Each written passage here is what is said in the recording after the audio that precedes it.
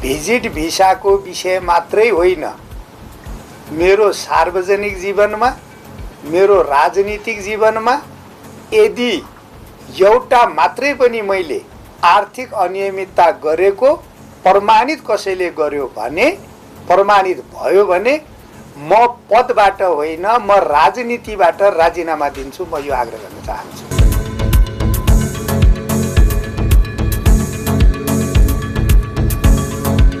मेरा विरुद्धमा नियोजित र षड्यन्त्रमूलक ढङ्गबाट झुट्टा प्रचारबाजी भइरहेको छ। मैले प्रारम्भमै भनिसके, मेरा विरुद्ध राजनीतिक रूपले, नियोजित रूपले, षड्यन्त्रमूलक ढङ्गले झुट्टा प्रचारबाजी भइरहेको छ। धन्यवाद। त्यो खुलाउन सक्नुहुन्छ को छ यो षड्यन्त्रका पछाडि भनेर चाहिँ आशंका? त्यो त अब खोज्दै जाँदा भेटिएला। 13 गते सम्मानित सदन प्रतिनिधि सभामा बोल्नका लागि मैले समय माग गरिसकेका छु। अरू विस्तृत कुरा म प्रतिनिधि सभामा आग्रह गर्छु। मेरा विरुद्धमा नियोजित र षड्यन्त्रमूलक ढङ्गबाट झुट्टा प्रचारबाजी भइरहेको छ।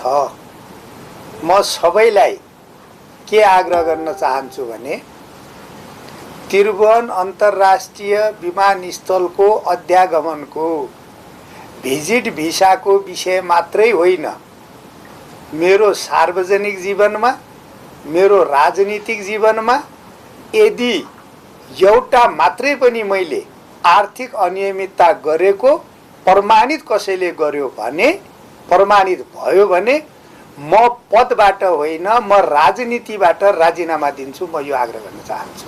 धन्यवाद।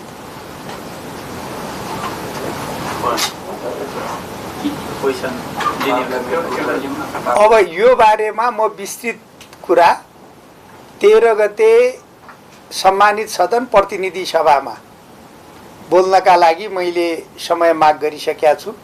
अरू विस्तृत कुरा म प्रतिनिधि सभामा आग्रह गर्छु।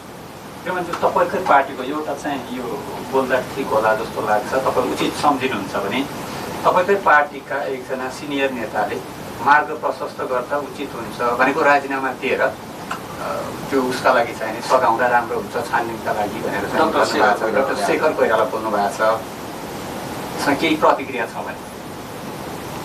यो गृह मन्त्रालय यत्रो ठुलो मन्त्रालय छ कि यसमा लाखमा होइन हजारमा कर्मचारी, के अरे हजारमा होइन लाखमा कर्मचारी छन्। लाखौँ लाख कर्मचारीमा संवैधानिक निकाय, अनुसन्धान गर्नका लागि सक्षम निकायले कुनै पनि बेला कुनै पनि कर्मचारीका माथि अनुसन्धान सुरु गर्न सक्छ। अनि कुनै पनि कर्मचारीका माथि अनुसन्धान सुरु हुँदा सबै मन्त्रीहरूले राजीनामा दिँदै जाने हो के त्यही पद्धति बसाउने हो? त्यो सम्भव छ? आजसम्म त्यस्तो भएको छ? त्यसकारण मैले प्रारम्भमै भनिसके, मेरा विरुद्ध राजनीतिक रूपले, नियोजित रूपले, षड्यन्त्रमूलक ढङ्गले झुट्टा प्रचारबाजी भइरहेको छ। धन्यवाद। त्यो खुलाउन सक्नुहुन्छ को छ यो षड्यन्त्रका पछाडि भनेर चाहिँ आशंका? त्यो त अब खोज्दै जाँदा भेटिएला। संसदमा बोल्दा त्यो चाहिँ खुलाउनुहुन्छ? परिणाममा त्यो देखिएको छ।